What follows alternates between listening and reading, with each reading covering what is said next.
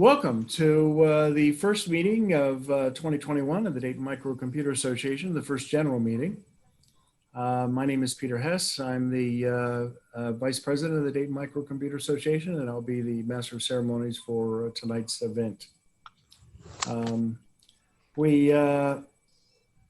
Traditionally, we have in our January meetings, we have what neat stuff or what interesting stuff I got for Christmas. And we didn't have anybody come up with anything, although I have one. And what we'll be doing is talking about, I'll be presenting mine, and after we get some CES videos presented. Now, if anybody else, that'll give you some time. If anybody else has anything they got for Christmas they'd like to, or Christmas or the holidays, that they'd like to talk about, feel free to prepare while the CES videos are showing, and then I'll lead things off with mine, and then if anybody else has any comments. As usual, we'll have, if anybody has any problems they'd like to talk about, tech problems, our Brain Trust will be addressing those, and think about those and make notes. So you can give a brief description of your problem, and then we'll have people pitch in on possible solutions.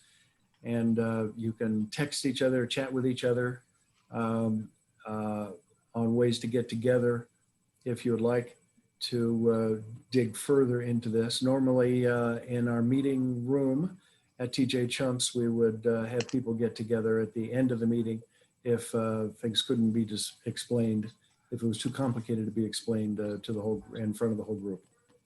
I'm leaving the meeting for a minute because I'm getting a 1-minute warning on my computer. I need. Okay, thank you. Thank you for telling me, Martin.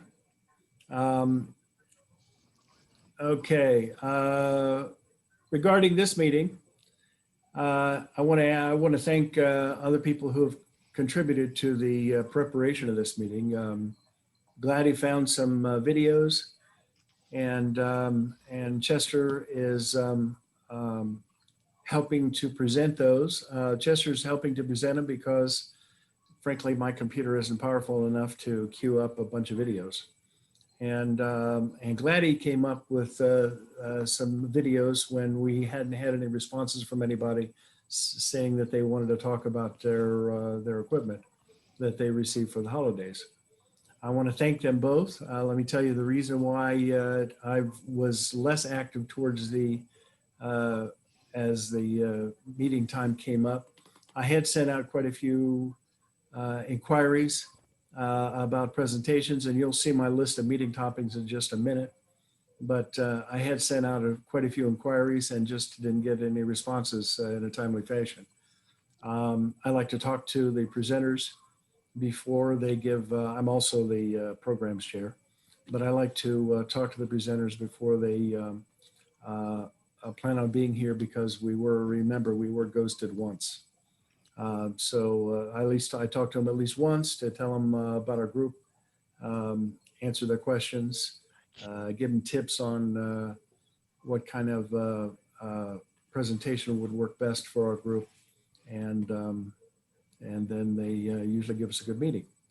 The reason why I wasn't as active towards the end as I usually am is I have two friends who have the virus, who have COVID-19. And the father of one of those friends is in intensive care with the virus. And so I've been helping those friends with running errands. I haven't seen him.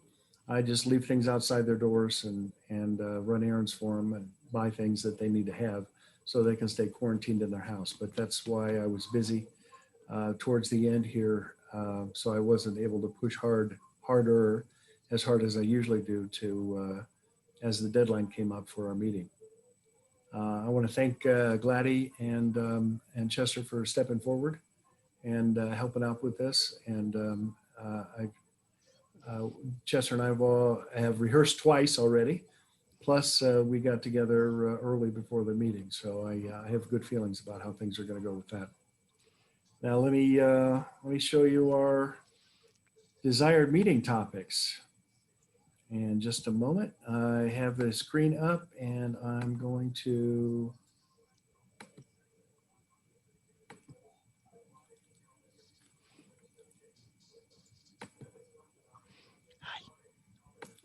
should be able to see that now. Desired meeting topics, Bitcoin and blockchain. Just haven't been able to line them up yet. Although I did find a CNET video on blockchain just recently while we were looking through the videos for that we'll present tonight. We have had people ask about virtualization, deep fake videos, streaming videos, car hacking, advanced Chromebooks, initiativeq.com. Not sure what that is, but that was thrown out as an idea. Dataohio.gov is a new program from our governor and a lieutenant governor on better communications with state government, and looking for a presenter for that. The Apple M1 chip was another suggestion that was brought up. Something that I noticed in the news: a recently developed open source plan to vaccinate large numbers of Philadelphia citizens much more quickly and efficiently. This plan was developed by a graduate student, and because the phrase open source was used, that leads me to believe that Linux might be something to do with this. He has developed this program, and he's offered to make it available to any states or cities who would like to implement. I'm trying to get a hold of that graduate student. I saw a news story about him in the news. Recent hacks and processes addressed by the Cybersecurity and Infrastructure Security Agency, CISA is how that's pronounced. Various video chat tools different from Zoom and Microsoft Teams. I'd like to put those and all of these, of course, everything like tonight's meeting will be on YouTube.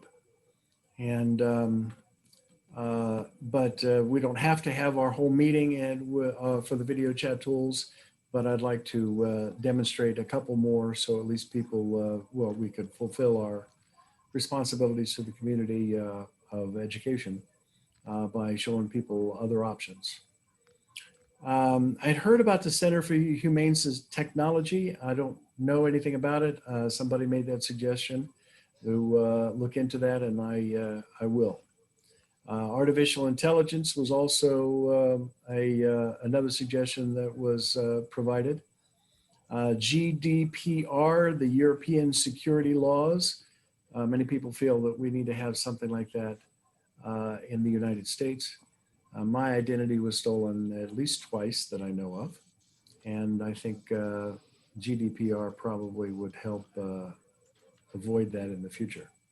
If anybody else has any desired meeting topics, please feel free to put it in the chat, and we'll get into that further. I'm going to stop the share for just now, and then I'm going to go to another page, and hopefully be able to bring up some more chair. And I apologize for the delays on this. Well, while this is here, let me bring this up.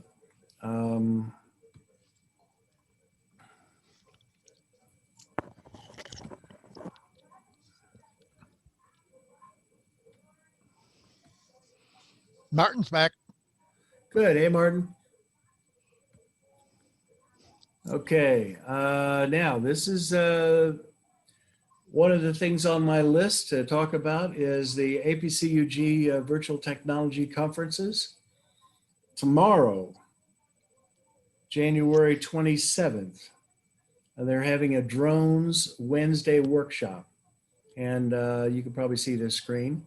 You could see the link there, the registration. If anybody needs that, I'll be happy to send it to them or put it in the chat. And if anybody's interested in a drones workshop registration, APCUG likes to have people sign up before 11:30 p.m. on the day before the conference, if there's any seats available. At the latest, in other words, 11:30 p.m. So you need to act today. Excuse me? From that, oh, this evening, okay. So you need to sign up this evening, but the conference is tomorrow. The drones workshop, rather, is tomorrow. And drones and autonomous flight with Larry Fortna. He's the president of the Lakes at Leesburg Computer and Technology Club. Talking about maybe you got a drone for Christmas. So he talks from HDR photography to field mapping to flying commercially or pleasure. Learn how drones can be used for fun and profit. Now, the Virtual Technology Conference takes place on the February 13th, which is a Saturday. And registration closes the day before, February 12th. The different topics going to be addressed there are make an informal decision when buying a 2021 printer. Use the Windows Tips app. And this is in the track 1. Use a Windows Tips app. Use CCleaner for more than cleaning your hard drive. Again, that's track 1. Track 2 is set up a free blog on blogger.com. How to play online board games with Tabletop Simulator, and how to use some of the changes in iOS 14. Now, on the they have a modems, and on the 24th of February, they have a modems, routers, and Wi-Fi workshop. A registration closes on the 23rd, as usual, the day before. All you want, fast, reliable, and secure internet. This workshop will discuss the latest developments in modems and router hardware, buying and using your own, etc. Okay.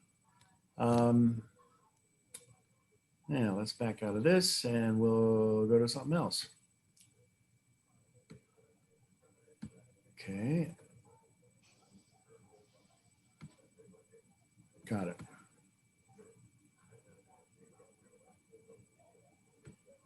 Any questions while I'm looking up my document, my notes on where we're going? Okay. Now, one other thing that we've come up with since we last met was a set of values. And you can access that from our About page on dma1.org.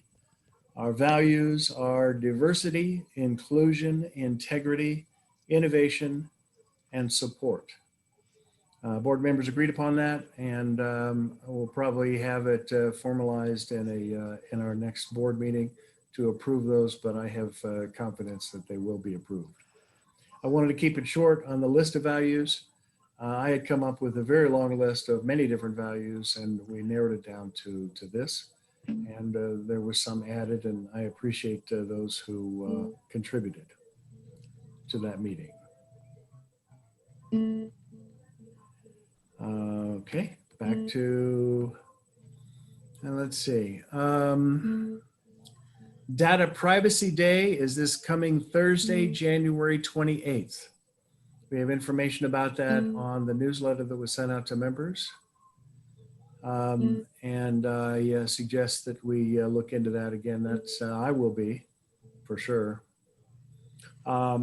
Speaking of data privacy, near the end of our last meeting, and I think I might have brought it up to at our last meeting, but there's been identity theft, or they call it, Premier Health calls it a recent incident that may affect the privacy of personal information for certain individuals associated with the Clinical Neuroscience Institute, Help Me Grow Brighter Futures, Samaritan Behavioral Health Incorporated, Atrium Medical Center, Miami Valley Hospital, Miami Valley Hospital South, or Miami Valley Hospital North, and CompuNet Clinical Laboratories. Although it does not mention Miami Valley Hospital South, it does mention Miami Valley Hospital North, and that's weird.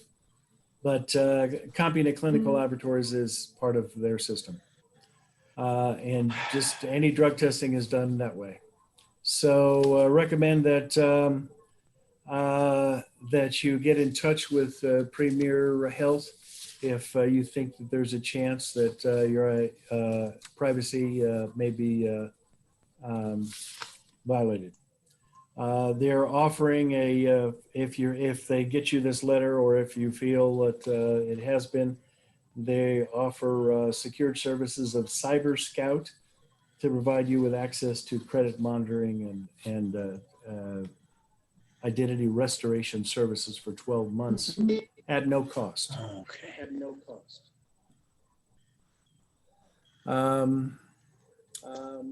If you recruit two members, we got somebody's speaker on, somebody's microphone. If you recruit two members or anyone who has not been members for at least 5 years and your membership expiration is postponed by 1 year. Anyone who members for at least 5 years, membership. Okay. Am I going to need to? I think it's Martin. Okay, Martin. Thank you, Martin.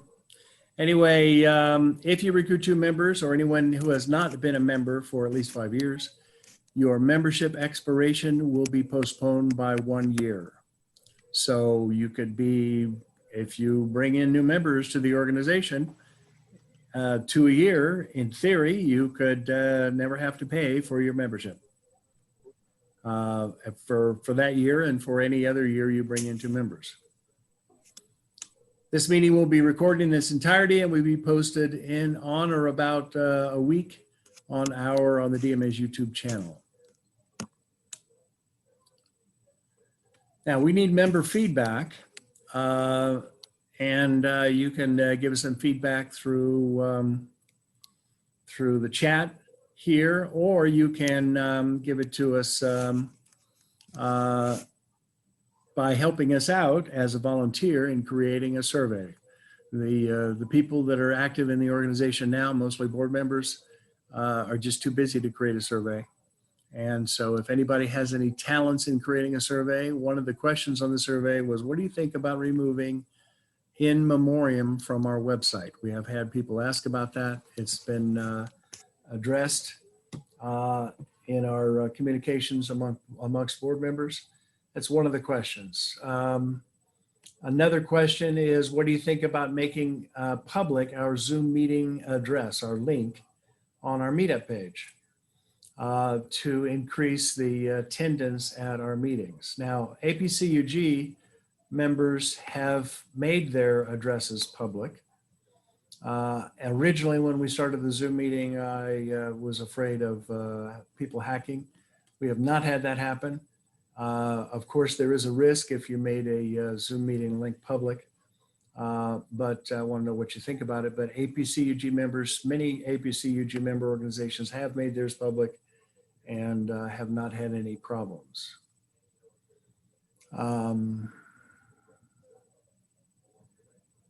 Okay.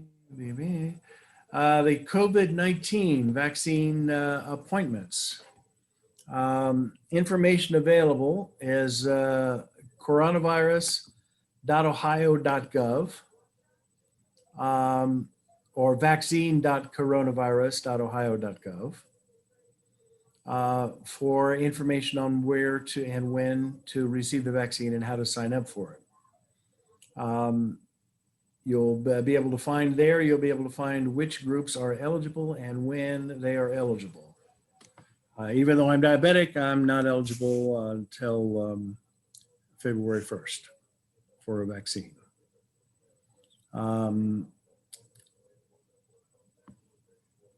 Now, this is something, Martin, this is what I have to ask you about.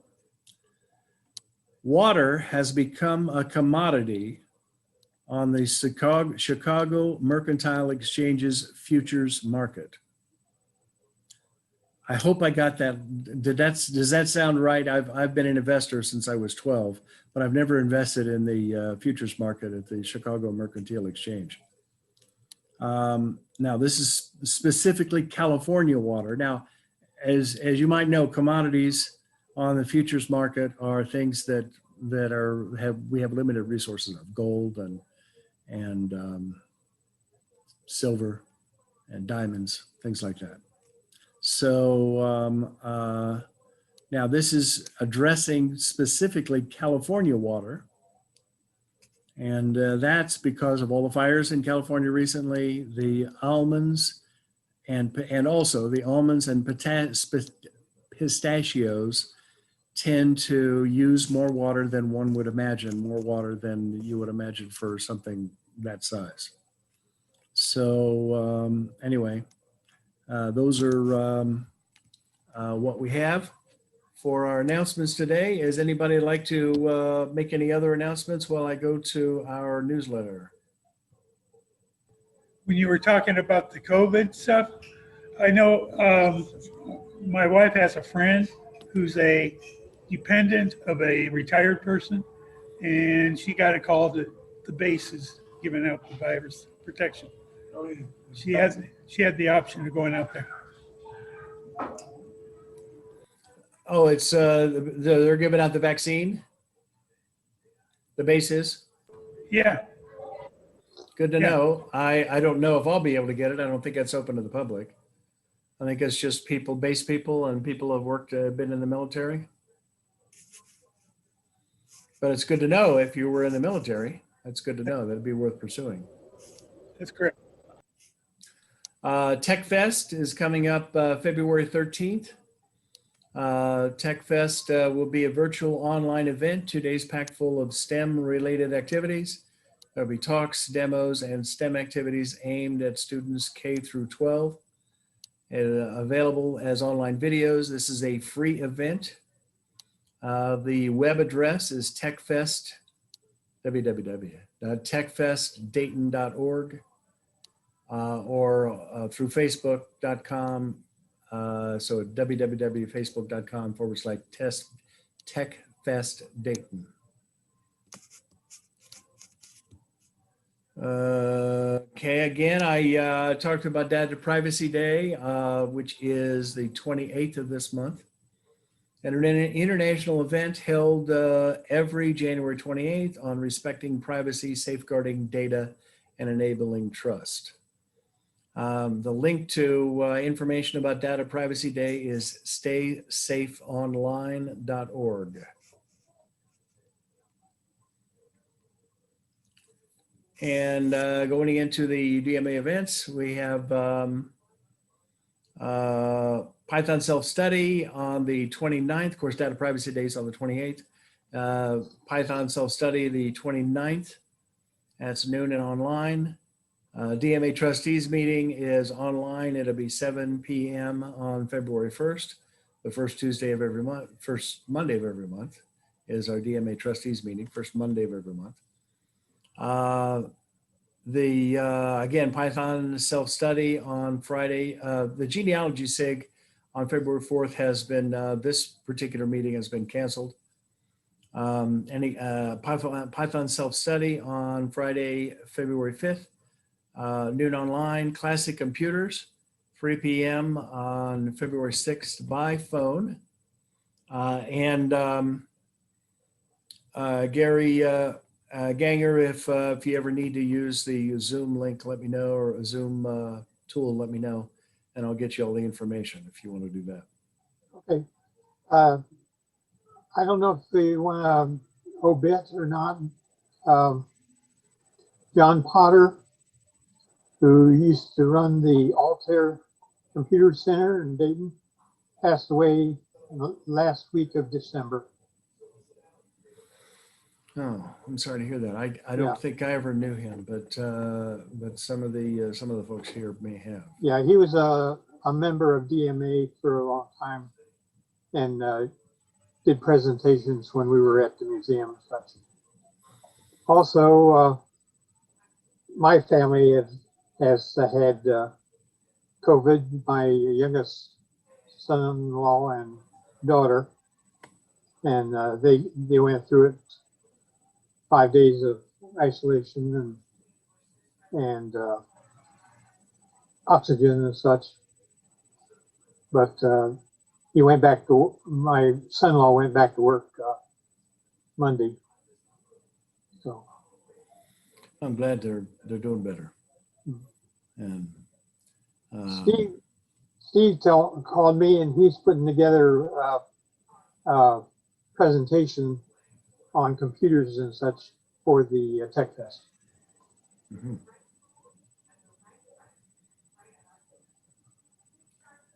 And how's that going?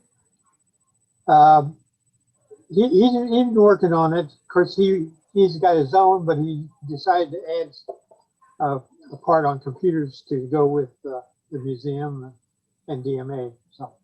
So we are going to have a presentation at Tech Fest. That was questionable at one time. Yeah. Good, good, good. Anything else that you can contribute, Gary? I don't think so right now. There's been a lot. Yeah, a lot happening these past couple of months. That's for sure. This is Steve. Can you hear me? Yeah, Steve, go ahead. Okay. I was trying to have that video done by tonight to pass it off to get it on the DMA YouTube channel, but I didn't quite make it tonight. So maybe tomorrow I'll get it finished. So it's in the works. Really, I just have the introduction to finish and then kind of go through and edit what I've got and see if I need to redo any parts of it. Thank you. If you need any help with posting on our YouTube channel, Edwin Davidson or Mark will be able to help you. Mark's there, I think, at our meeting. Are you at our in-person meeting, or are you? He's in person. He's in person? Okay. Yes, he's in person. I think both Edwin and Mark are there. Yeah. Yeah. Investment SIG. Martin, did you have anything to talk about? Investment SIG, February 9th. That's Tuesday, 7 p.m. It'll be online. They do not use Zoom. I know that. So you'll need to get in touch with. We use Google You're breaking up. Meet, and we're going to have a participant from the New York City area. My brother-in-law wants to join the group, so he'll be coming in, not coming in, but he'll be on Google Meet, so you can anticipate a stimulating discussion with him. Good. But I think we might actually have some kind of agenda this time, and I'll send it around to all the members. I generally have been against agendas, although I remember Steve Schumann was always urging me to have one, but he was not the only one. And we might try actually having a little bit more of a structured meeting than in the past. Add me to your list if you don't mind, Martin. Okay, sure, we'll put you on. Appreciate That it. is already on my list. Good. We'll put you on. Do you have a particular topic that you'll be talking about at the Investment SIG meeting on the 9th of Tuesday, February 9th? Are we in a bubble, in a stock market bubble at this point? And of course, the classic example is the Tesla automobile company that produces far fewer cars than General Motors or Ford or Chrysler Fiat for that matter. And yet its market capitalization is far greater than that of General Motors or Ford. You can cite numerous other examples. And I sent around an article to all the members of the club. And if any of you want it, I'll be glad to send you the link to it by an investor by the name of Jeremy Grantham, who isn't quite as rich as Warren Buffett, but almost. And he points out that there is a point that we've passed where you're simply dealing in paper. It's no longer true value, but just paper, inflated paper that we're peddling. But if anybody wants it, let me know. Also, the sign that you may see me holding up, I don't know if you guys are seeing a mirror image or what, but I just ran it off my printer. I have a bad internet connection, so I'm likely to drop out at any moment and then cut back in. Well, you'd be welcome to come back in anytime. So, yes, I'll be in and out of the meeting. Okay. I apologize. This has been going on for a long time, and I suspect that it's Spectre, not not any of my equipment. Yeah. Actually, speaking of Spectre, so which is some people call Spectrum, Martin calls it Spectre, but anyway, I can be connected by wire because I'm 10 feet away from the router, or Wi-Fi, and Wi-Fi is faster and more reliable. Go figure. So I don't understand that one, but anyway, let me get back to my list here, and we'll get started on our videos real soon. Anything else on the investment, Sig Martin? No, that's it. Thank you. Okay. February 10th, Dayton Dynamic Languages has an online meeting at 7 p.m. Python Self-Study, February 12th. Again, that's Friday, February 12th. Tech Fest, as I mentioned before, is Friday, February 13th. And Saturday, Saturday, February 13th and Sunday, February 14th, Tech Fest. Valentine's Day. Say again? Valentine's Day. Oh, yeah, that's right. That is. Yeah, don't forget that. Make sure, gentlemen, and especially gentlemen, that you don't forget that one. Okay. President's Day is the day after Valentine's Day. President's Day, February 15th, first Monday, or that Monday, February 15th. The Apple Dayton SIG, that meeting has been canceled or postponed. February 18th, the Linux SIG. Gary Turner, do you have anything to talk about on the Linux SIG?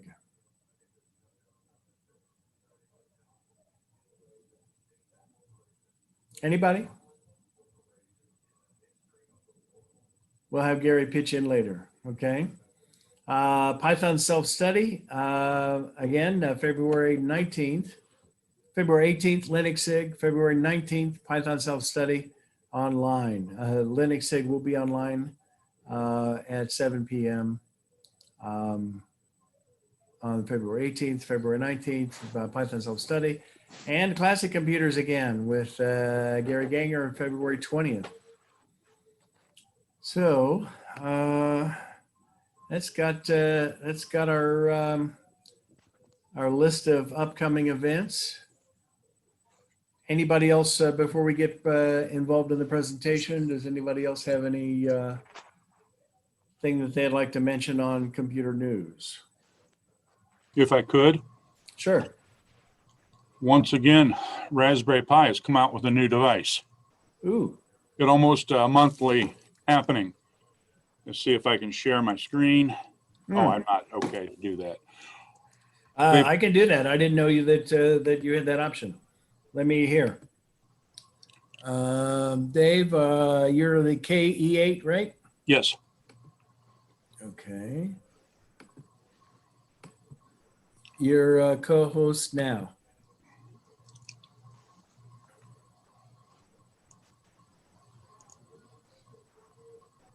Okay.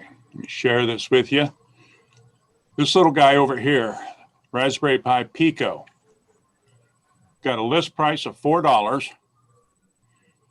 It's not a full processor like the Raspberry Pi, regular Raspberry Pi. It's a microcontroller, more like the Arduino or some of those machines. But at $4, it's probably one of the least expensive, and it's got a very nice interface through USB. You power it up and connect it to your USB, and it shows up as a storage device, so you can send your programs to it. So a new and interesting addition to the Raspberry Pi line. That's it. Cool. Okay. Thank you, Dave. Appreciate that. By the way, anybody who has any presentations that they'd like to make or show anything on the screen, let me know and I'll make you a co-host, and then we'll give you the word so you could share. Now getting back to our presentation of the evening, and this will be facilitated by Chester, and it is. For more than 50 years, CES has been a global stage for innovation, and this year did not disappoint. All Digital CES 2021 continue to be a platform to launch products, engage with global brands, and define the future of the tech industry. That's as usual. And All Digital CES 2021 allowed the entire tech community to safely share ideas and introduce products that will shape our future. Tech reviewers have registered their opinions of the coolest and the corniest gadgets showcased. Tonight we'll be showing a collection of video clips introducing much of the tech being discussed online. We'll bring you all the glitz and glamour of a live show, but we'll save you the blisters of walking those convention halls. And I'll tell you, I've been at CES and Comdex both. And yes, your back is sore and your feet hurt. And then you go home to read through the brochures that you picked up and throw away most of them. And then get a box from the hotel so you can ship the rest of them home. And because you can't take them back in a car or on a plane because it's too much stuff. Anyway, 1 year at Consumer Electronics Show, I rode a Segway, and it was something. So anyway, Chester, you're on. Okay, in reality, I am the projectionist tonight. They gave me a series of videos to run, so let's see if I can get something going here. Move the keyboard over. Chester, we're going to give you a minute. We can comment about it after, comment about each video afterward, right, to give you a chance to queue up the next one. Okay. Okay. Now do share the screen. And there we go. Share the sound. And here we go. They said CES 21 was going to be lame when it came to cars and car tech. They were wrong. Here's why.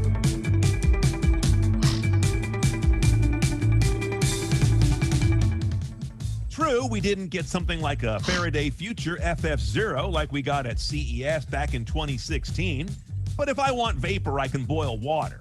Nothing is more real than what Caterpillar showed. This one is real a 285-ton mining dump truck driving itself.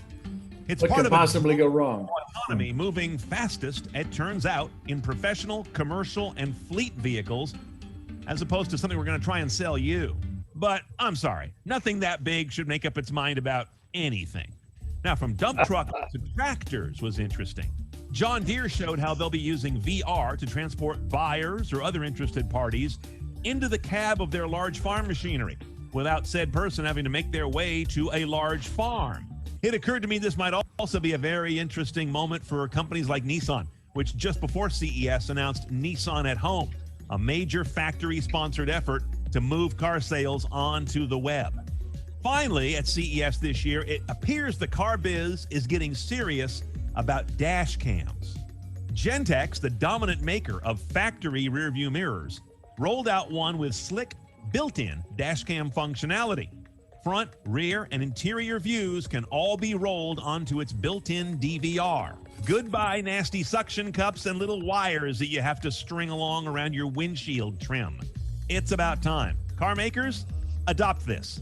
But overall, GM pretty much owns CES on the car front. A couple of days before the show, they rolled out a new logo for the first time in ages. It looks like an electric plug. And they got Malcolm Gladwell, the tipping point guy, to stand on one of their electric chassis and proclaim that now everyone's in on electric. You can resist it, be left behind, or embrace it and move forward. Then GM proceeded to put its money where its mouth is, although a lot of it was shrouded in kind of sneaky, previewy shadows. They teased an electric Chevy pickup, so Ford won't be the only one pulling freight trains around. We got 3 sneaky views of the new Bolt EUV, electric utility vehicle.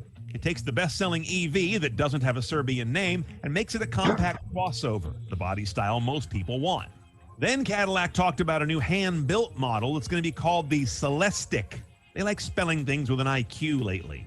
It'll be coming out along with the Lyric electric utility vehicle, and that features what is rapidly becoming the thing of the 20s, full-width glass dash panels that are mostly display. Mercedes MBUX design is also one of these, coming soon to the EQS electric S-Class. The Cadillac Halo is a concept of an autonomous pod vehicle, but about the farthest thing you would have ever associated with the Cadillac name until CES. Then there were a couple of new Buick electric utility vehicles kind of hidden back in one of those shadowy coming soon photos behind GM's design head, Michael Simcoe. Looks to us like there's almost a little bit of Corvette DNA in the face. And then off to the right of that same photo is another yet-to-be detailed car that's so deep in shadows, we're not quite sure what to make of it. Then GM took us a whole nother direction with a new venture called Bright Drop. It's going to make a couple of things for the freight handling business. One is an electric pallet to move 200 pounds of stuff around warehouses without you having to break your back doing it yourself if you work there. They'll also bring out an electric delivery truck, with the first customer being FedEx later this year. Between that and the Amazon Rivian deal for 10,000 electric delivery trucks, I'm starting to get pre-nostalgic for the roar of those big brown UPS trucks. Roll all of this up with the electric Hummer I told you about shortly before CES, and you see that GM is definitely electro-obsessed. But then came the kicker. No tires, no wheels, but it's got 4 rotors. GM's first flying, well, not really a car, a passenger drone, or accurately called an electric vertical takeoff and landing vehicle, an eVTOL. A Cadillac-branded aircraft that they think can stretch their coming Ultium battery technology so far it'll eventually make Tesla the TiVo of EVs. I'm still real skeptical, though, about flying transport that isn't commercial airlines or the occasional executive helicopter. I'm just not buying it. Oh, not to be outdone, Fiat Chrysler kind of quietly announced that they're working with Archer Aviation to do an eVTOL as well. Is everyone doing one of these? I'll leave you with one last thought. The thing that I thought was perhaps the most undersung car tech announcement at CES was Panasonic saying they're working with a company called Envisix, which is a laser holography company in the UK. The two of them are going to work on a augmented reality engine to use the windshield as an AR display space of relatively large size and really start to label things out there in your driver's view. I think this is a really overdue trend that's going to revolutionize the information display of driving in context. Not the only company doing it. Mercedes recently announced how they are also on the precipice of rolling out large-scale AR HUD technology in their cars. I get particularly excited about Panasonic, though, because they're a heavy hitter in the cabin tech business and providing it to car makers. Bottom line, CES 2021 was, for me, a hit when it comes to high-tech cars and modern driving. Enjoy the foods you love at great low prices when you shop Meyer brand products. Find a great deal on this, or even this. See all the deals available at your local Meyer. Meyer also is offering the vaccine too, by the way. If I can just get this thing to stop playing. There we go. Yeah, what could possibly go wrong with that big dump truck? You know, those tires, by the way, are like 12 feet high on that dump truck. Huge. Yeah, it's huge.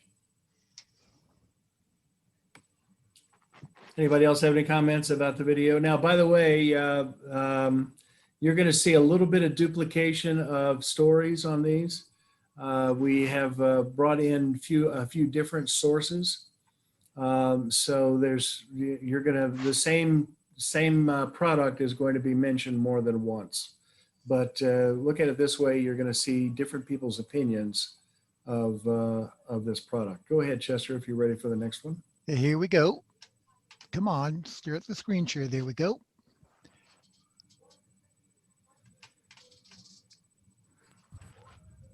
CES has held its first ever all-digital show.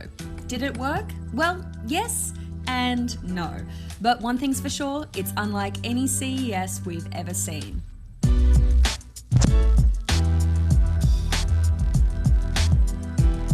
The world's biggest tech show, CES, looked pretty different this year.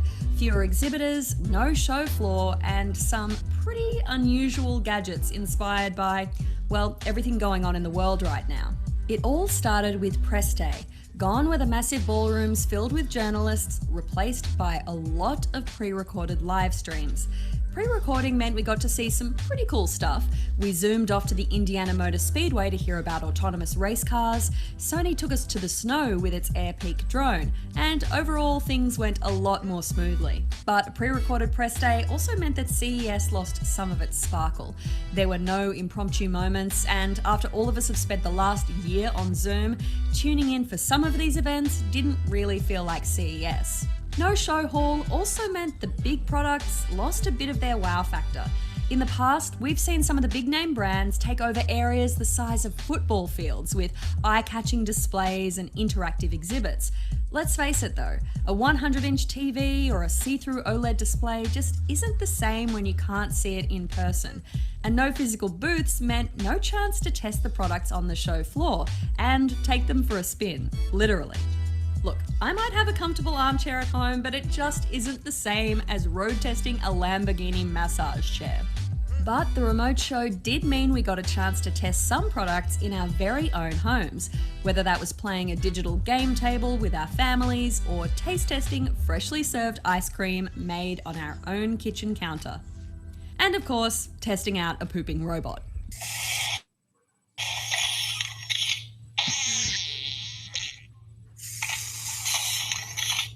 Because CES came in the middle of a pandemic, we also got our fair share of gadgets promising to sanitize and purify our lives. There was a wearable air purifier from LG, as well as a very cyberpunk-looking mask from Razer. And yes, because it's Razer, it came with its own RGB lighting system. LG brought us UV sanitizing robots for hospitals and workplaces. And because none of us are touching any surfaces anymore, Kohler brought us touchless toilets and faucets. We also heard from brands that you might not normally expect to see at a tech show. First-timers like Caterpillar showed us huge autonomous mining trucks that are as tall as a 2-story house. John Deere gave us farming in VR, and General Motors showed us all how we'll be arriving at our exclusive parties in the future via a luxury vertical takeoff and landing air taxi. Speaking of sci-fi futurism, CES also gave us a few glimpses of where tech could be going a couple of years from now, with screens that look straight out of a sci-fi movie. LG gave us a rollable mobile concept, while TCL upped the ante with a rollable mobile phone and a rollable tablet-style device that unfurls like a treasure map. An LG display wowed us once again with transparent OLED designed for restaurants or even the end of your bed. If you want to upgrade your bathroom as well as your bedroom, and you've got an extra $16,000 lying around, you could splash out on Kohler's Japanese-style soaking tub, complete with autofill and customizable mist. And while you soak, maybe you could get Samsung's bot-handy robot butler to pour you a glass of wine and stack your dishwasher. The final thing that made this year's CES unlike anything we've seen before? All of this. All of us at CNET live streaming from home, around the clock, across the US, to bring you everything from the show as it happens. So what was my review of the first all-digital CES? Well, there were some hits and some misses. Mostly, we just miss running around the show floor trying to find all the cool new tech to bring to you, talking to robots, road testing gadgets, and getting fingerprints on everything. So bring on CES 2022. I miss Las Vegas.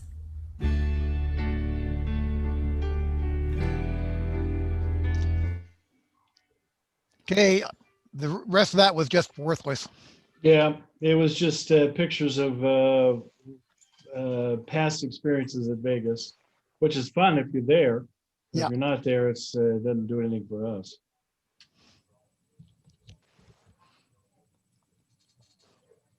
And I'm getting ready to present, I'll do that after this next video, but I'm getting ready to present a product that was sent to my mom called Skylight. And it's a picture frame, electronic picture frame. And I'll be talking about that in a little while. Go ahead with your next one, Chester. Okay, here we go. Oops, I'm on the wrong screen. There I am. Share.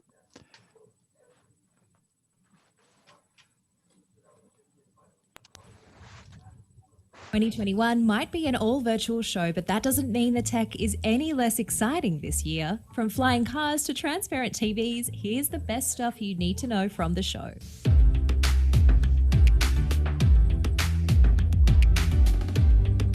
Now, it wouldn't be CES without some wild concept gadgets, including Razer's Project Brooklyn. This looks like the gaming chair dreams are made of. It has a transparent OLED that wraps around to fully immerse you in the game. It's got a leather seat, of course, with haptic feedback, and there's RGB lights because, well, it's Razer. The other concept that took everyone by surprise was the Cadillac EVTOL Air Taxi from GM.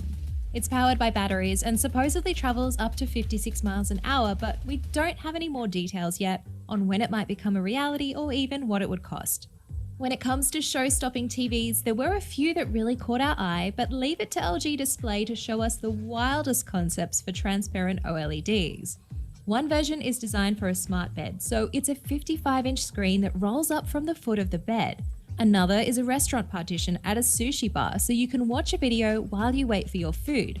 There's even a subway train window to show you the weather, the news, or maps while you take in the view of the outside world. On the topic of out there displays, get ready for rollable phones. LG showed us a quick sneak peek of its rollable concept, and TCL also had its own rollable phone that goes from a 6.7-inch display to a 7.8-inch tablet. It's no surprise that pandemic tech is a big theme this year, from Razer's Project Hazel, which is an N95 mask with audio processing pods to make sure your voice isn't muffled, and a sterilizing case.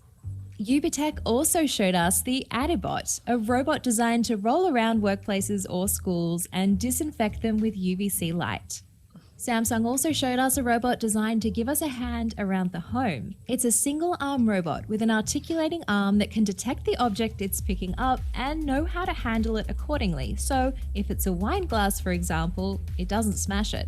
It can even set the table or pack the dishwasher. Alright, let's get out of dreamland now and talk about the tech you can actually buy later this year. Samsung showed off a whole slew of QLED TVs that promise a brighter picture and either 4K or 8K resolution on the high-end models called Neo QLED. They're also optimized for next-gen consoles like the PS5 and Xbox Series X, and there's even an option to attach a camera and do a workout in your living room. But here's the catch: the fitness coach will actually judge your form.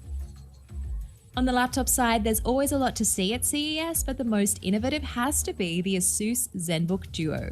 It's got dual screens, is smaller and lighter than the previous generation, and that second screen is pretty versatile. You can scrub along footage in video editing software like Premiere or control parts of your image in Photoshop.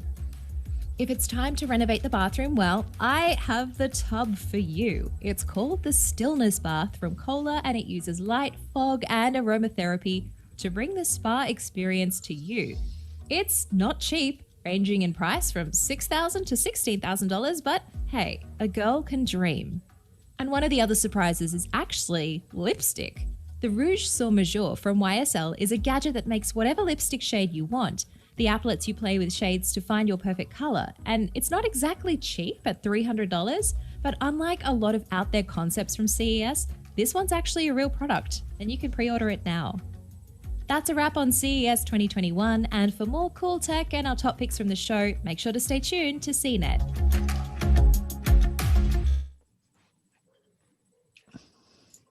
Okay, Chester, I'm going to show this while you're queuing up the next one. Okay.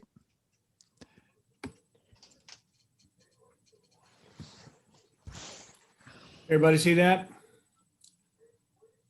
A That's cute kid in a picture frame. Cute kid. Okay, this is called Skylight Frame. I don't know if you can see the address bar, but the address bar says smile.https://smile.amazon.com. Anytime you buy from Amazon, whether you're a Prime member or not, I happen to be, but if you sign up for smile.amazon.com and make sure that it always says that on your address bar, and also if you would be nice enough to select Dayton Microcomputer Association, DMA gets money from Amazon, doesn't cost you any more. Anyway, skylight frame is a 10-inch Wi-Fi digital picture frame, email photos from anywhere, etc. It's you see the price, $159. It'll hold something like 6,000 pictures or something like that. The resolution 1280 by 800. It's a 10-inch display. And if you sign up for Skylight Plus, you can get videos and listen to the videos and all that. I'm going to show you the one that I have here. My niece and nephew gave this to my mom. That's a picture of me. If you click anywhere in the picture, along the top you get a menu bar, and then you can look at the gallery of all the pictures, and exit gallery. You can freeze frame on the picture. If you click on the heart at the bottom left, that will tell whoever sent the picture to this device, and you'll send a picture to, or send any picture. You don't have to send any captions, but send a picture to the skylight, particular skylight address, one that you create. So it goes directly to, any picture you send goes directly to this device. So my niece and my nephew and his wife are sending, every day there's new pictures of their kids. So, and they have 3 kids. So you could imagine how many pictures that is. But it's connected directly to Wi-Fi. It's kept my mom, it's got a stand on the bottom of it in the back, so it rests properly. You could also screw it and attach it to the wall. It's got a USB on the back for saving pictures. But to save any pictures, you have to sign up for their $39 a month, $39 a year service. And pictures will be saved to the cloud also. It's kind of backed up to the cloud. It has to be plugged in all the time. It's not battery operated. Neat thing. It's kept my mom busy. She's 96. Kept her busy looking at her grandkids, and it's a great thing for quarantine. Anyway, go ahead, Chester. It's on you. Okay, here we go.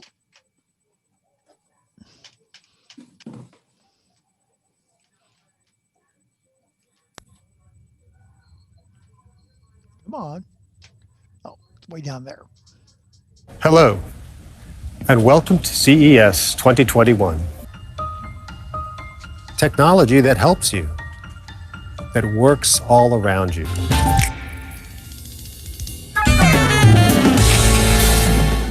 It's that inspiration and our focus on you that led us to our fridge lineup called Bespoke. We started with a simple idea to give you the ability to change the color and type of your fridge. We're expanding on that inspiration to bring Bespoke to the US for the first time. Come and see. Introducing the all-new 4-door Flex Bespoke. It comes with even more ways to customize your kitchen for both form and function. Behind this door is a brand new beverage center, which gives you quick access to the water dispenser and an automatically filled water pitcher.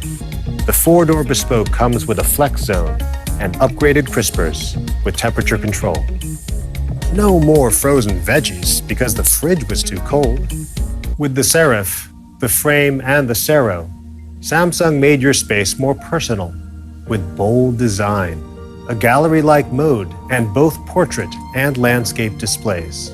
Now with the Terrace, I can sit on a patio and watch the big game or see cinema-quality content in any room with the Premiere. That led us to the latest breakthrough in our TV innovation, the all-new 110-inch micro LED. If you remember the wall from 2018, we built on that vision to create the micro LED. Its pure RGB LED light shows every color and detail that you've come to expect out of Samsung's TVs.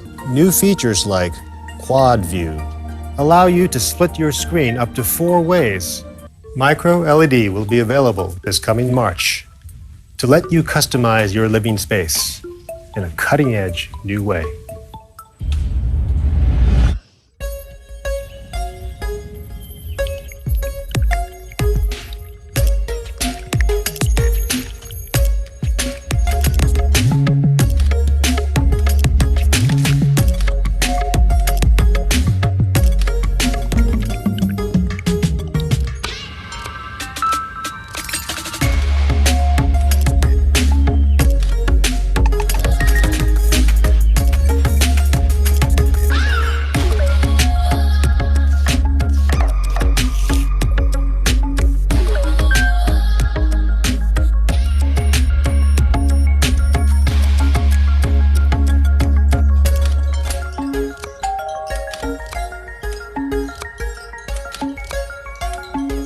Our Samsung Health Smart Trainer is coming to all of our 2021 TVs.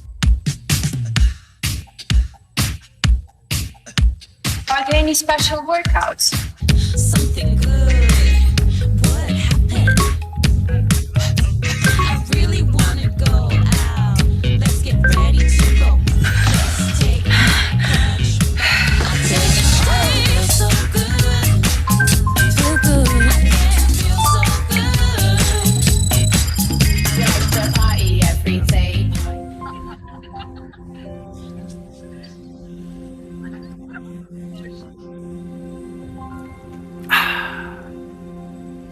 Thank you.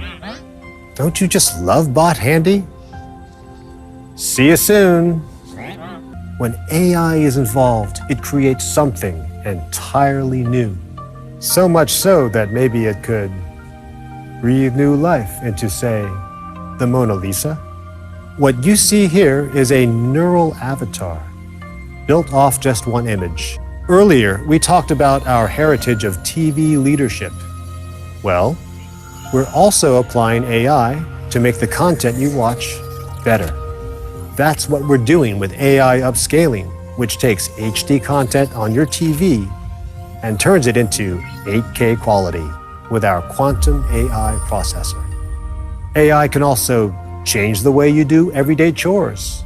Samsung smart washers learn how you do your laundry, giving you customized cycle preferences. CES, meet JetBot 90 AI Plus.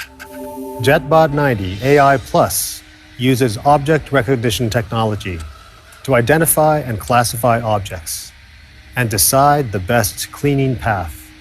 It'll clean close to objects like toys. Stay away from fragile items like vases. This is possible with LiDAR sensors for location detection and 3D sensors to recognize even the smallest obstacles. So no more getting stuck on cables or socks. JetBot 90 AI Plus also comes with a camera. So while it keeps your home clean, you can check in on your furry friends too. Finished cleaning. Returning to the station. Coming to the US within the first half of this year. And as for GEMS, our mobility aid and exoskeleton, you might remember from CES last year, we've made improvements to its wearability and battery efficiency. Today, GEMS is used in clinical trials and pilot programs, and Samsung is continuing to invest in GEMS to bring it to you soon.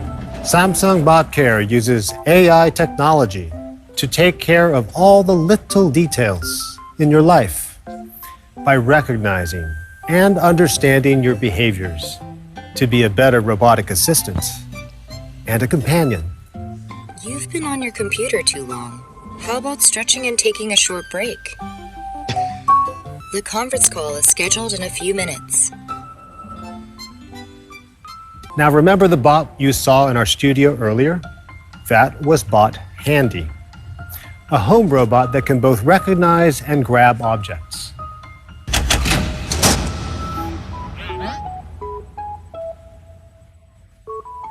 Bot Handy uses AI to understand objects, like a glass cup or ceramic plate, taking note of their shape and materials to work as your trusted partner.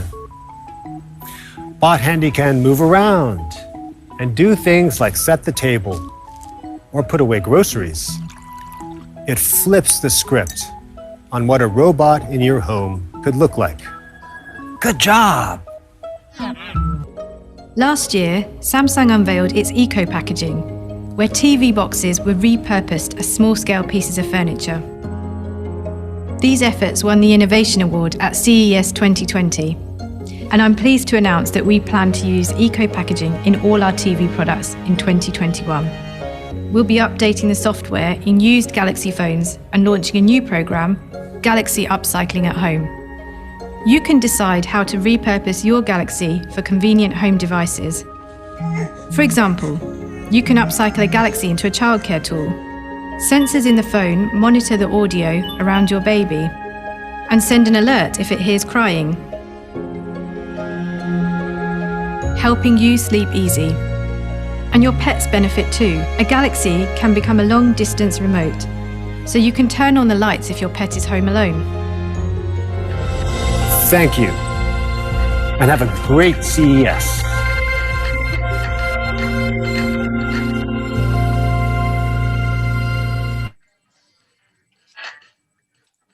Okay, in case you weren't aware,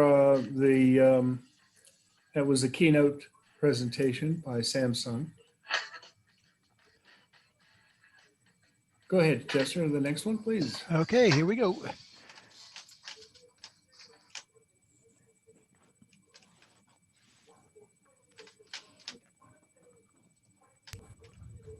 At CES, Kohler is showing off a whole slew of new smart toilets and faucets and bathroom fixtures, including a $16,000 bathtub that will remind you of soaking in a tub at a Japanese spa. It's luxurious, it's crazy, and we're taking a look at that and everything else right now. Obviously, we're gonna start on that bathtub. This is called the Stillness Bath, and what you're looking at is the full $16,000 experience, complete with grates in the floor so you can create that infinity overflow, and something called an experience tower, which is where that mist is coming from. That's not a trick of the camera. You're actually looking at mist over the bathtub. It certainly looks luxurious, complete with colored lighting and everything you need to relax in a spa-like experience in your bathroom, assuming you're willing to pay $16,000 for a bath, which is how much my car costs. I have a fancy car, leave me alone. But you don't have to go all in if you want something like this. They do offer 4 tiers of the product. At the lowest, it's just over $6,000, so it is still not cheap. But you get the freestanding tub. It's a Japanese soaking style tub. It's 2.5 feet deep.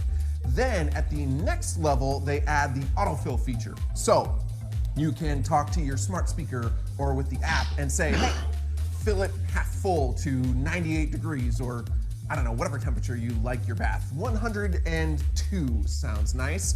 Then at level 3, they add the experience tower. So that's when you get the mist. You can add essential oils to that for a little bit of aromatherapy. And then the full spiel is at $16,000. That's where you get the grates for the infinity overflow and the lighting and just, I don't know, probably a personal butler or something like that. Now, not everything that Kohler showed off is at that level of exuberance. There are other things, including just a simple smart toilet that lets you activate it with a wave of your hand. And to go along with that, there is a little puck that you can install, retrofit, to your existing Kohler bathroom faucet, and you can wave your hand over that puck and cause your bathroom faucet to go on or off as well. They've remodeled some of their similar faucets from the kitchen, and really what they're trying to do is a touchless experience throughout. So different models, different designs, both from the toilet and the bathroom faucets, the kitchen faucet, and being able to wave your hand and not touch it. Now, the toilet, you can still flush normally if you'd like, and that little puck does need to be installed on a single faucet Kohler bathroom faucet It won't retrofit to anything. But Kohler is also debuting a standalone faucet if you're remodeling and would rather replace the thing anyway, that comes with that touchless technology built right in. And speaking of fancy toilets, Kohler isn't stopping at just one where you can wave your hand. They're actually rolling out what they're calling an entry-level smart toilet called the Innate Toilet. If you walk up to it, the lid will open. When you walk away, it will close and flush all on its own. Super fancy. It also has a built-in seat warmer and a bidet. It's entry level because it's not actually app connected. They have another fancier toilet that is controllable with an app, and you can flush it remotely if you want to, I don't know, scare a relative while you're out and about. And last but not least, Kohler has partnered with Finn to try to help you manage and spot leaks in your home. They've debuted 2 versions of this water sensor. One is $300, it's DIY. You can install it yourself under your sink, and just by hooking up to the pipes under the sink, it will be able to detect the water usage in your whole home, and so you'll know if something's up, and it spikes dramatically because there's a leak. If you want to take that next step, there is a $500 version of the sensor that connects to your main pipes and can actually shut off the water automatically in the case of a leak, which sounds pretty cool, but you're paying a little bit more and you're going to need to pay for professional installation. Either way, a nice smart safety device that's a good add to Kohler's line, similar to what Moen and Flow have for their line of bathroom and kitchen products. So from leak detectors that can shut off your water, to toilets you can wave at, to super fancy bathtubs, Kohler showed off a lot at CES, especially if you're into smart bathroom upgrades or you want a luxurious spa experience in your own home. And I'm looking forward to testing some of this stuff out, fingers crossed, at the CNET Smart Home. Thank you for watching. For much more from CES, stay tuned to CNET.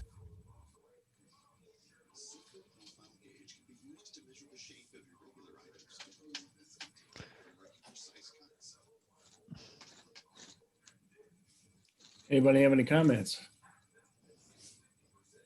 I'm not going to spend that much for that type of plumbing. I got that. Actually, there's some, the water flow thing is, they come a lot cheaper than that. So anyway, go ahead, Chester, with the next one, please. Okay.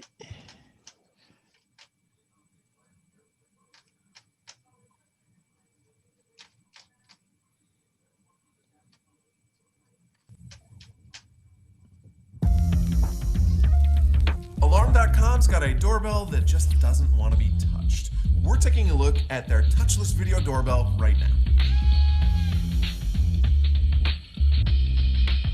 Alarm.com showed off a video doorbell at CES designed to compete with Ring and Nest Hello, but the big difference is that this one uses motion to tell when someone's at the door and then rings the doorbell without them actually having to press the button. The idea here is to keep it more hands-free so that you don't feel the need to disinfect your doorbell, so Alarm.com is being sensitive to the times. Any of these other smart doorbells we've seen can detect motion. Alarm.com is just cutting out that extra step before notifying you. The doorbell is clearly labeled, telling people you don't actually have to touch it, you just need to stand there. You can also buy a doormat separately that says, stand here to ring the doorbell. The doormat doesn't actually trigger the doorbell, it's just an extra way of letting people know you don't actually want them pressing that button. Like a lot of other smart doorbells we've seen, this doorbell will know the difference between people and packages and pets and a leaf blowing by. It has a 150-degree field of view, infrared night vision, it shows video in full HD, it has HDR, it even has an onboard heater to keep the device warm in case you live somewhere cold. It will save clips in the cloud for up to 60 days, which is pretty good, and they haven't officially announced the price yet, but a representative indicated that it would be under $200, which would be nicely competitive. It'll be compatible with other Alarm.com smart home devices, so when someone's at the door, your lights can flash, and hopefully it'll be compatible with the broader smart home. Alarm.com stuff does work with Amazon's Assistant and Google Assistant, so hopefully this doorbell will too, but they haven't specified that yet. So I appreciate the unique feature of this doorbell, and hopefully the performance helps it keep up with the competition and all the other aspects as well, because a doorbell you can't touch isn't quite enough for me to shell out $200 on its own. For much more from CES, stay tuned to CNET.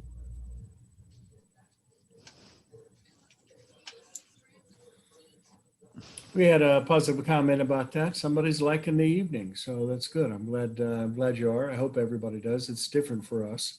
Go ahead, Chester, with the next one, please. Hey, here we go.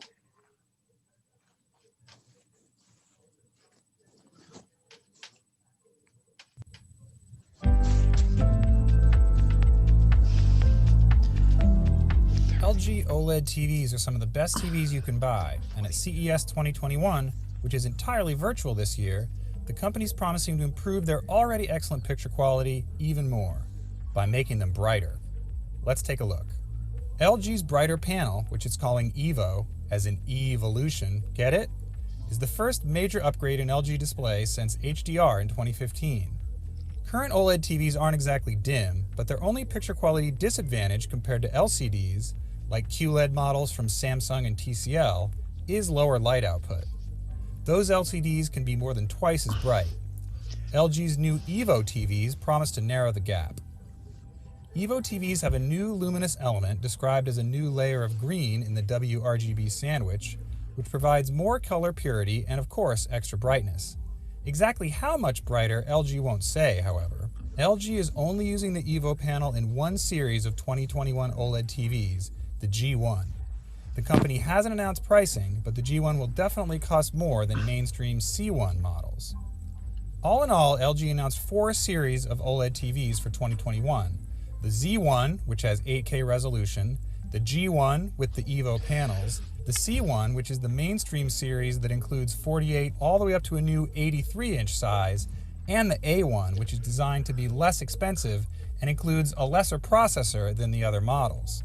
LG's OLED TVs have always been some of my favorites for gaming, and in 2021 they've upped their game with a new feature said to automatically detect the game's genre, whether it's first-person shooter, role-playing, real-time strategy, etc., and adjust the picture automatically to make the game look better.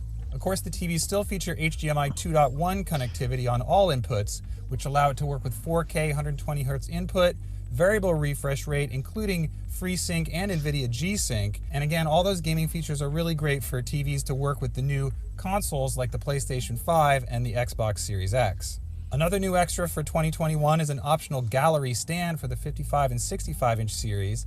It has a sleek look with a minimalist tripod stand that looks great in these demo shots.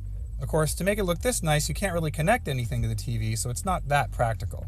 In addition to its OLED TVs, LG also announced new LCD-based TVs, which it's calling QNED. That's right, QNED, which is one letter away from the QLED TVs sold by Samsung and TCL. So don't confuse the two. In short, they're really similar. LG's QNED TVs are its best for 2021, and they feature a mini LED backlight system, the company's first. Mini LEDs allow the TV to get very good contrast and brightness in my experience, but of course LG also uses its IPS panel, so that might hurt that picture quality a little bit. Mini LEDs are smaller than standard LEDs, which allows them to pack more behind the backlight, and of course the TV has full array local dimming to get the best contrast you can out of an LCD type display. Of course, don't expect it to have as good a picture quality as OLED. We're going to have to see with reviews how the two compare. That's a quick look at LG's new OLED and QNED TVs at CES 2021. Pricing and availability haven't been announced yet, and that'll come later this year. I'm David Katzmeyer for CNET.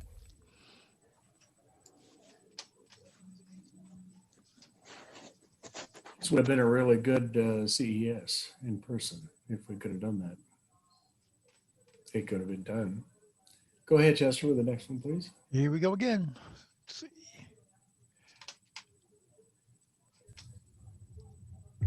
HP I'm has actually a whole understanding is fleet of how new they do work this thing now. laptops at CES 2021. I think one those more rehearsal would have been great. Updated Elite Dragonfly G2 and the new Elite Folio and EliteBook Aero and the HP NV14. And all of them have features aimed at people who might not be working in the same place every day, even if that place is their home. Let's take a look.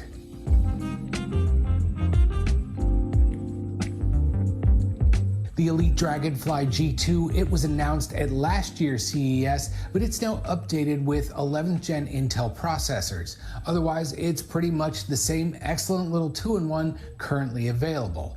It weighs less than 2.2 pounds, has optional 5G or 4G wireless, and it has a built-in tile tracker, so if you misplace it in your house or anywhere else, it can help you track it down. HP also has the new Dragonfly Max, and that takes the G2's video chat features up a notch with 4 wide-range mics with AI noise cancellation and a 5 megapixel webcam. So it's definitely a step up from the 720p cameras you'll find on almost all other laptops. No pricing was announced, but the current G2 starts at around $1,500, and they'll be available later this month. Next up is the Elite Folio, and this is sort of an update to the Spectre Folio 2-in-1, though that one is for consumers and this one is meant for commercial users. Now, instead of a rotating display or a detachable keyboard like most other 2-in-1s, the Folio, it starts off more like a typical clamshell laptop, but then you can move its screen forward and rest it just behind the touchpad. So it's in a better position for video chats or watching video or giving presentations. And then you can move it forward and lay it sort of flat on top of the keyboard, and you can use it as a tablet on your lap or the desk. And there's an AES pen stored just above the keyboard, and it's ready for you to quickly jot down notes, and you can even have it launch an app as soon as you pick it up out of its storage spot. Now, instead of Intel inside here, it's running on the 2nd gen Qualcomm Snapdragon ACX 5G compute platform. So you get 5G wireless if you want, and it has incredible battery life of more than 24 hours of local video playback, according to HP. Also, the whole thing is wrapped in vegan leather, and I'm not 100% sure what that means, but presumably it's not made from vegans. I'll have to get back to you on that though. The Elite Folio is expected to be available in February and no pricing was announced, but the Spectre version that's covered in actual leather, that one starts around $1,100. So those are both 2-in-1s, but if you just want a lightweight work laptop with some of the features in the Dragonfly and the Folio, HP has the EliteBook 840 G8 Aero. And it's called the Aero because it's under 2.5 pounds, which HP says makes it the world's lightest 14-inch business laptop. It too has the 11th gen Intel Core processors, built-in tile tracking, and the optional 5G wireless. There are 3 mics on this one of them on the outside of the laptop, so if you're having a conference call with another person in the room, their voice gets picked up just as clearly as yours does. It's also available with HP's privacy features for blocking its webcam and its mics, and it has a SureView privacy screen option that helps block what's on your screen from anybody who might be shoulder surfing. Now, the EliteBook Aero is expected in March, and unfortunately, like the others here, HP didn't announce pricing. What I do know the price of is the new HP NV14. This one will start at $1,000 later this month, and it's not exactly a commercial laptop, but it is made for creatives for work. The 14-inch display is color calibrated at the factory and covers 100% sRGB color gamut. And it'll be available with up to an NVIDIA GTX 1650 Ti Max-Q discrete graphics card. It'll have AI noise removal for its mics too, but really its most interesting feature is that HP gives you the option to turn the display into a ring light of sorts so you're brighter during your video chats.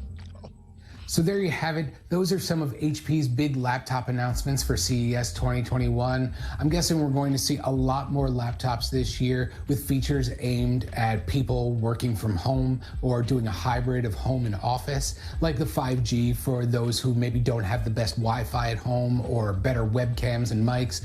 What do you think? Let us know, and thanks for watching.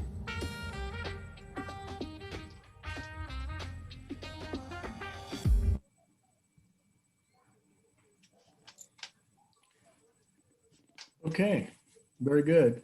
I look forward to, that might be my next laptop. Okay, Chester, go for it. Next one. Yep, coming up.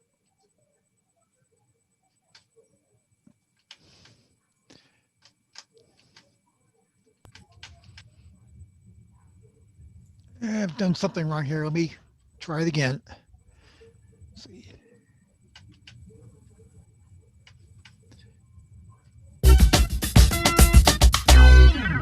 Hey guys, remember when portable SSDs were really big at 500 gigabytes? Like that was like the top end size. Well, guess what? For CES 2021, they've gone to 4 terabytes. Western Digital and SanDisk have refreshed their entire lineup to include 4 terabyte portable SSDs, and they're super fast. Check out the SanDisk Extreme series. They've got an Extreme and Extreme Pro. The Extreme Pro, 4 terabytes, it's around 899 Canadian, roughly translated. It has read and write speeds of 2,000 megabytes per second. It's IP55 rated, and it also is dust, which means it's dust and water resistant, but it also can be dropped from about 2 meters. So what applications here? Is this for content creation, gaming? It's mainly for content creation because they kind of tout it as for the next generation of creators. They're working with 8K and 12K workflows. So anyone that's using any of the new Blackmagic Ursa cameras. Cool. And if you can't afford that, that's okay. They've got a extreme version, which is less extreme, has half the read and write speeds at 1,000 megabytes per second read and write, still IP55 and everything like that, but $100 less.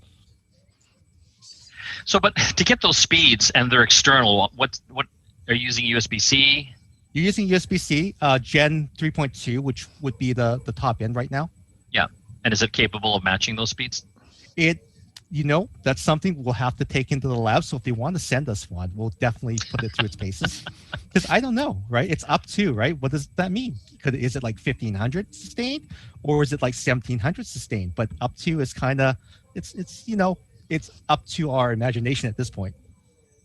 If you like this video or any of our videos, make sure you subscribe and hit that little bell notification icon as well so that you'll be notified of all our CES 2021 coverage.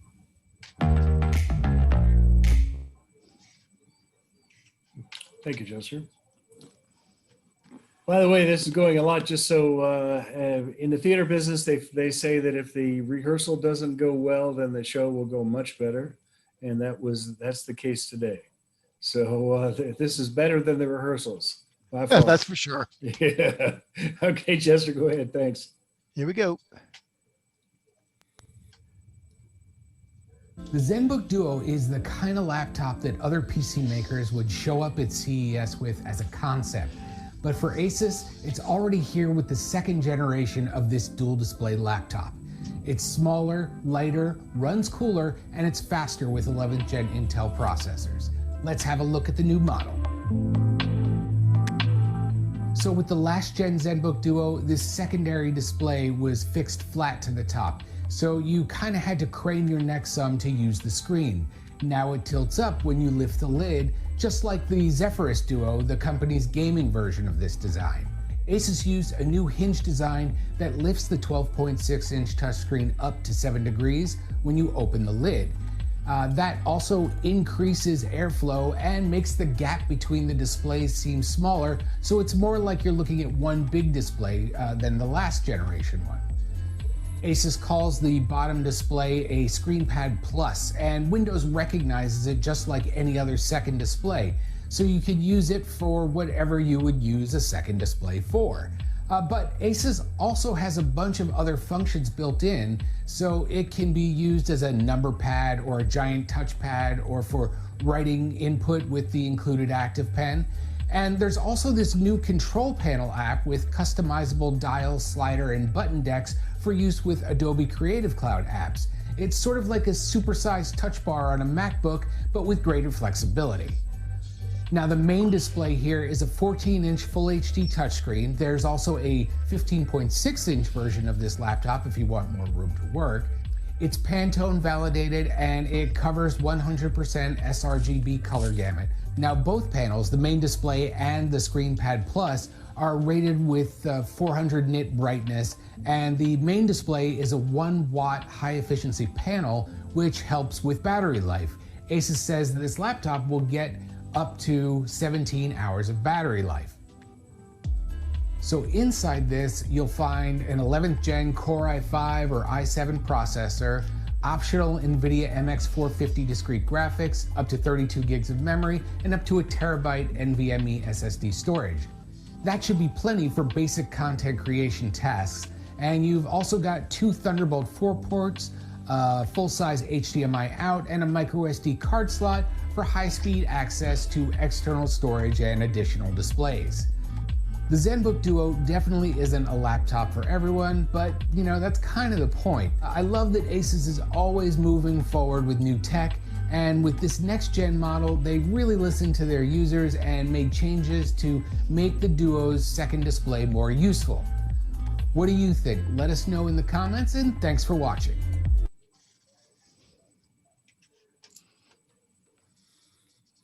It's hard to decide which laptop you want. I like the extra screen feature.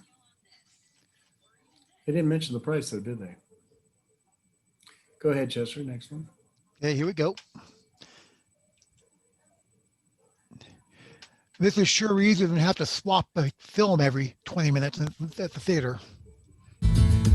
John Deere was not traditionally a company you would associate with CES, the world's largest technology show, until last year when the company had a giant booth that was really the talk of the show, featuring an AI sprayer, and it was self-driving, and really everybody wanted to try this thing out. But with CES 2021 being all digital, what a company is going to do to bring the same experience into our homes. So I'm talking right now to Julian Sanchez from John Deere, who's going to talk us through a couple of the ways to bring that same experience into our homes. Julian, thank you so much for joining us today. Glad to be with you. How are you going to be able to get the scale, the size, the experience of all of the new technology that you're launching into our homes this year? I'm so interested to know, because a lot of companies do virtual press conferences, but you guys are taking it one step further and doing virtual reality, right? That's right. You know, it's been a fun, like for the last 10 years, we've talked and executed the idea of digitizing farming. And the CES gave us the opportunity to actually try it out and literally digitize the farm and try to bring it into your home. So there's a couple of ways in which we're going to go about that. We've actually created an environment, VR environment, and so a lot of folks will be able to experience it through VR headsets and get a fully immersive environment of the farm and a lot of the technologies that make a farm run in today's world. But for the broader CES audience as well, that same simulation, that same digital farm, you'll be able to experience it in our digital booth in the CES website. Excellent. So give me an idea of what that experience is going to involve in terms of the new technology that you're showcasing specifically. Last year, we came to CES with this theme of, you know, farmers want to do more with less, and technology is the way that unlocks that more with less. And so this year we're keeping true to that theme. We're going to bring, and you're going to be able to tour a 8RX tractor, which is an incredibly sophisticated machine that has telematics, artificial intelligence. And we're also going to showcase a planter, which actually hooks onto the tractor. And the relevance here is that we want to really highlight the tractor and the planter together are the technology that really kicks off the journey of a seed. And so this concept of precision and technology to do more with less, you know, planting seeds, it's a very, very precise job. These planters, this is just obviously a toy version of it, but the big ones are about 120 feet wide with 48 independent robots. And each one of those robots has to place a seed exactly where it's intended to go, right? Planting is not like feeding pigeons at the park where you just kind of throw the seed up in the air and it lands anywhere. Each one of these robots has to open a furrow, place that seed in there, close the furrow, geospatially tag where that seed went, sent that information up to the cloud so that farmers can evaluate and make improvements for next year or later in the season about what they're doing agronomically. So in that virtual experience, you will be able to see how all of this technology comes together, again, to kick off the journey of the seed.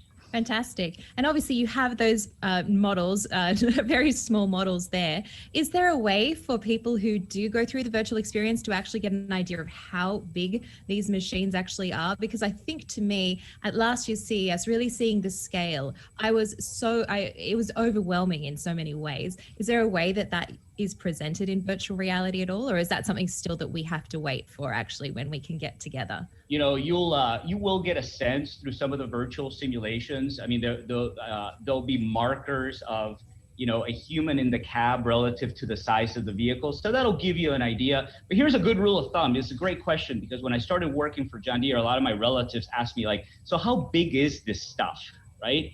And so I always just sort of said to them, I said, just imagine the biggest possible SUV or truck you can imagine, and multiply it times 5 or times 10. And that's the size of the scale of the equipment we're dealing with. And by the way, the exciting part of there is that it's not just big equipment, but it's also very, very intelligent. So you're sort of combining that physical mass and power with AI intelligence. Tell me a little bit more about what that AI can actually do. I mean, last year with the sprayer, it was a lot of self-driving technology, knowing where to distribute. But what is this year's developments going to do in terms of AI? Well, I want to highlight actually one of the things that we're very proud of is that the harvesting combine, the X9, won an innovation award this year at CES. And that combine, that's a big harvesting machine, has 17,000 parts. And again, this is just imagine the biggest machine possible, factory on wheels you can imagine, and then double the size in your mind. This thing is really, really big. But in addition to being big and following this idea of doing more with less, because it's very efficient, it also is powered by AI. So in real time, this machine, this factory on wheel, can self-optimize and sort of mimic the intelligence of an experienced human operator that maybe has over 200 hours of experience of harvesting in these machines. It can mimic that knowledge and that experience and sort of self-optimize. So again, very proud of this, receiving the innovation award for the X9. It's one of our most sophisticated pieces of equipment. Again, not only our largest piece of equipment, but also one of our most sophisticated and most intelligent. On that note, tell me a little bit more about how the pandemic has changed the technology and the approach that John Deere takes in order to make it safer for farmers and associated people on the farms. One of the really, really neat things about our machines and our equipment is that they are all equipped with remote monitoring and remote access type of capabilities, right? So this means that in some of our equipment, like the combine, you can actually see what's happening in the combine, in the cab of the combine and the settings. You can see those settings remotely, and you can even adjust them remotely from your mobile phone. Also, if you have troubles or any kind of maintenance issues, you can use something called remote support, where literally you can, check out what's actually going on in the vehicle and do a lot of diagnostic work remotely. We have seen a 100% increase in the usage of those types of remote monitoring and remote diagnostic tools throughout the pandemic. So it's exciting because it was something that was adding value before, but really it's kind of hit the sweet spot in unlocking the ability to socially distance and still keep farmers going. Absolutely. And do you think it's a trend that will definitely continue after the pandemic has resolved? Is automation or remote monitoring, this is the future, right? This is here to stay? 100%. It's an example. We've seen a lot of examples throughout the pandemic of trends that get accelerated, right?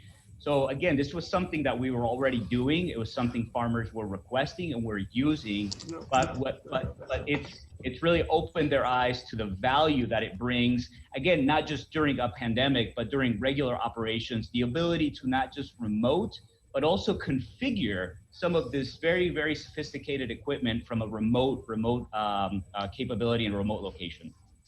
Well, Julian, this all sounds like a lot of fun, especially when it comes to the virtual experience through the headset. Now, if participants through CES 2021 or even just, everyday people want to take a look, is there a way that we can kind of get access to the VR experience, or you're going to have some sort of materials that we can kind of get a sense of what's on show?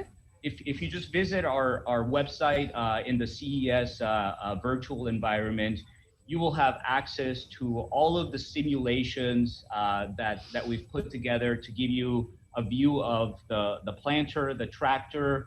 We'll have a simulation and you can do this from your laptops at home, where we'll put you underground and you'll be able to really kind of see what's going on from an agronomic perspective of where the seeds go. So you will be able to see all of the cool technology and experience all of the interesting things that we're going to be showcasing through registering to CES and accessing our virtual systems. Fantastic. I can't wait to go and try it all out. It looks really, really exciting. And, those models, I know a lot of kids and big kids who would love to have those in their homes. So if you ever make the smaller models of the harvesters, and sprayers and things like that, there'd be a lot of happy people that have a little bit of John Deere in their lives. So thank you so much for joining me, Julian. It's been a pleasure, and best of luck with CES and into 2021. Very interesting. All that relying upon good weather. Imagine what investment that would be. Go ahead, Chester, with the next one, please. That was the last one of the group. Wait, take that back. There is one. One more? Okay. This may be a repeat, though. Let me try it. Yeah. We've already seen this one. Let me cue it just to be sure.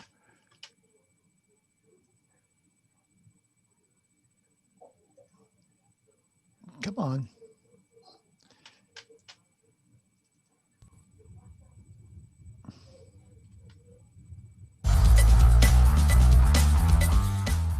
Oh no, we don't want this one. Hey everybody, We've seen welcome this. back to see. Yeah. Okay, we're done. Okay, Gladdy, do we still have everybody online? Okay, good. Ed, I see you. And Gladdy, do we have door prizes? By the way, at the last conference, the APCUG conference, that's one of the things they talked about that is unique for online meetings. We are unique in our online meetings and having door prizes. So Gladdy, are we going to be unique again?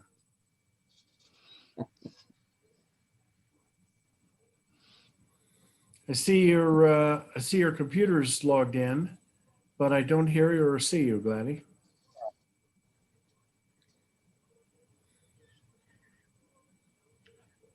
There's hotspot, Peter. Hey, Ed, what's Gladdy doing? There she is. I was wondering why. You can repeat this for me. I was wondering why you didn't show the game table. Are we gonna play bingo? Game table. Yeah, they had a little table that's about up to 4 feet size, and the company had bought the rights to Hasbro. Gaming. Okay. Yeah, the Monopoly and all that. Monopoly and all that, because that would be more useful than farming stuff for most people here. I don't know how many farmers we have. Well, we don't have many farmers, but I did want to show what developments there were in that. They did show a little bit about the gaming. One of the videos did briefly show. Well, the game table, the advantage of it is that if you have grandkids and they're far away, they can be playing while you're playing. Oh, yeah, good. Cool. And that's kind of stuff that I think that would be more interesting than farming. Well, tell you what, send me if you have a good video to demonstrate that, send it to me, and I might have I don't have the power on my computer to do that, But I might have Chester, ask Chester to do that again. And in fact, if anybody else has any of the videos, send them to us in advance. I found a 2-minute 32 about a gaming desk. Okay. We're running close to 9 o'clock now. Let's let that go. And Gladys, Okay. you'll be next. Go for it. Go for it, Chester. Okay, here we go.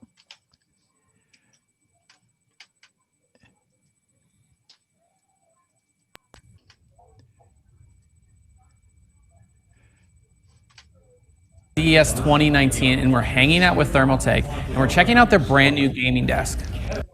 Think Computer's CES 2019 coverage is brought to you by Kingston Technologies UV500 solid state drive. 10 times faster than a 7200 RPM hard drive. Available in multiple form factors. In capacities up to 1.92 terabytes. This gaming desk, of course, just looks like your normal gaming desk, but it is a little bit different. If I go into this TT RGB Plus software, I can turn. Okay, that's not the subject Ed was talking about. Sorry. We'll do that next time. Yeah, next time. Ed, if you can send that to me so we can preview it. And if anybody else has any other videos they'd like us to preview, we can fill in, 5-minute or less type things. We had a couple of videos that were longer than 5 minutes today, but I thought they were good. Anyway, Gladys, you're up. Do you have a camera on this? Yes, I see you there. Oh, okay.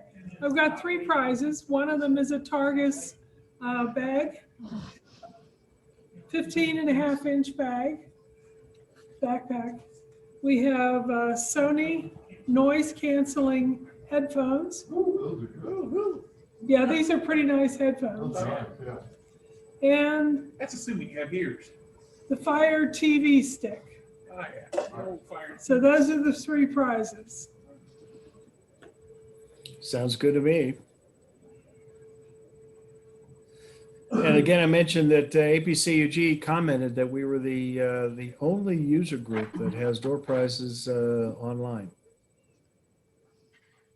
And one of the few that has hybrid meetings. Well, I really enjoyed presenting the stuff tonight. Like I said, it was a lot easier than having to swap a reel of film every 20 minutes. Yeah, tell me about that. And both you and I have been there. But yeah, it was good. And I think we might have short videos at our other meetings too, since this went so well. If you don't mind helping with that, Chester. Okay. Gladys, you're up. First prize winner, Jim March.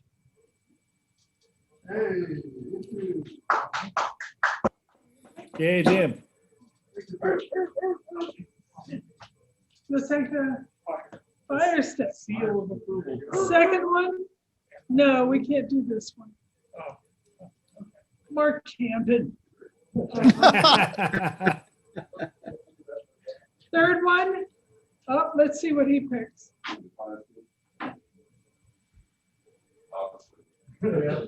Okay, the headphones and the Fire stick are gone. We have a backpack for Jeff Hammond.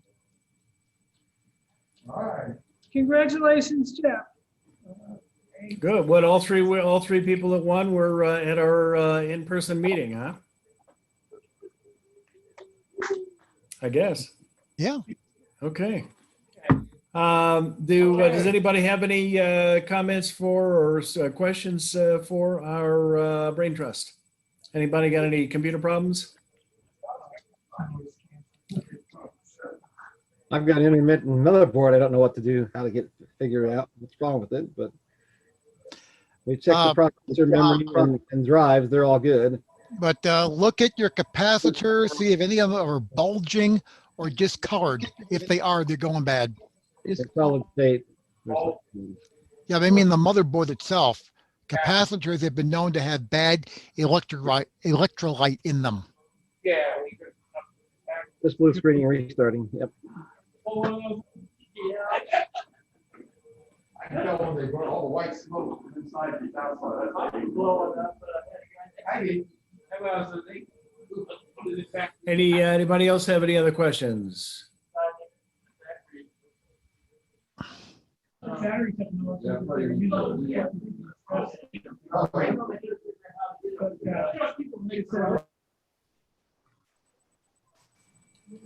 Sorry, I thought I lost connection. Maybe perhaps I did. I don't know.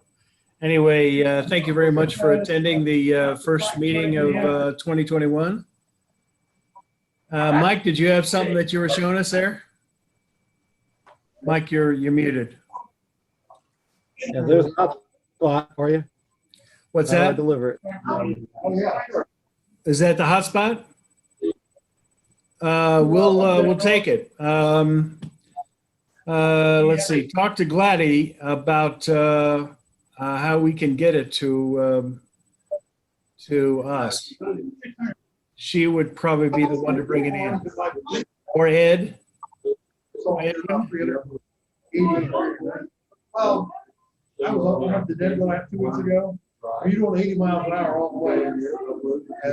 Mike, we'll get in touch with you. Find out how to get it to us if that's going to be a donation. Thank you very much. See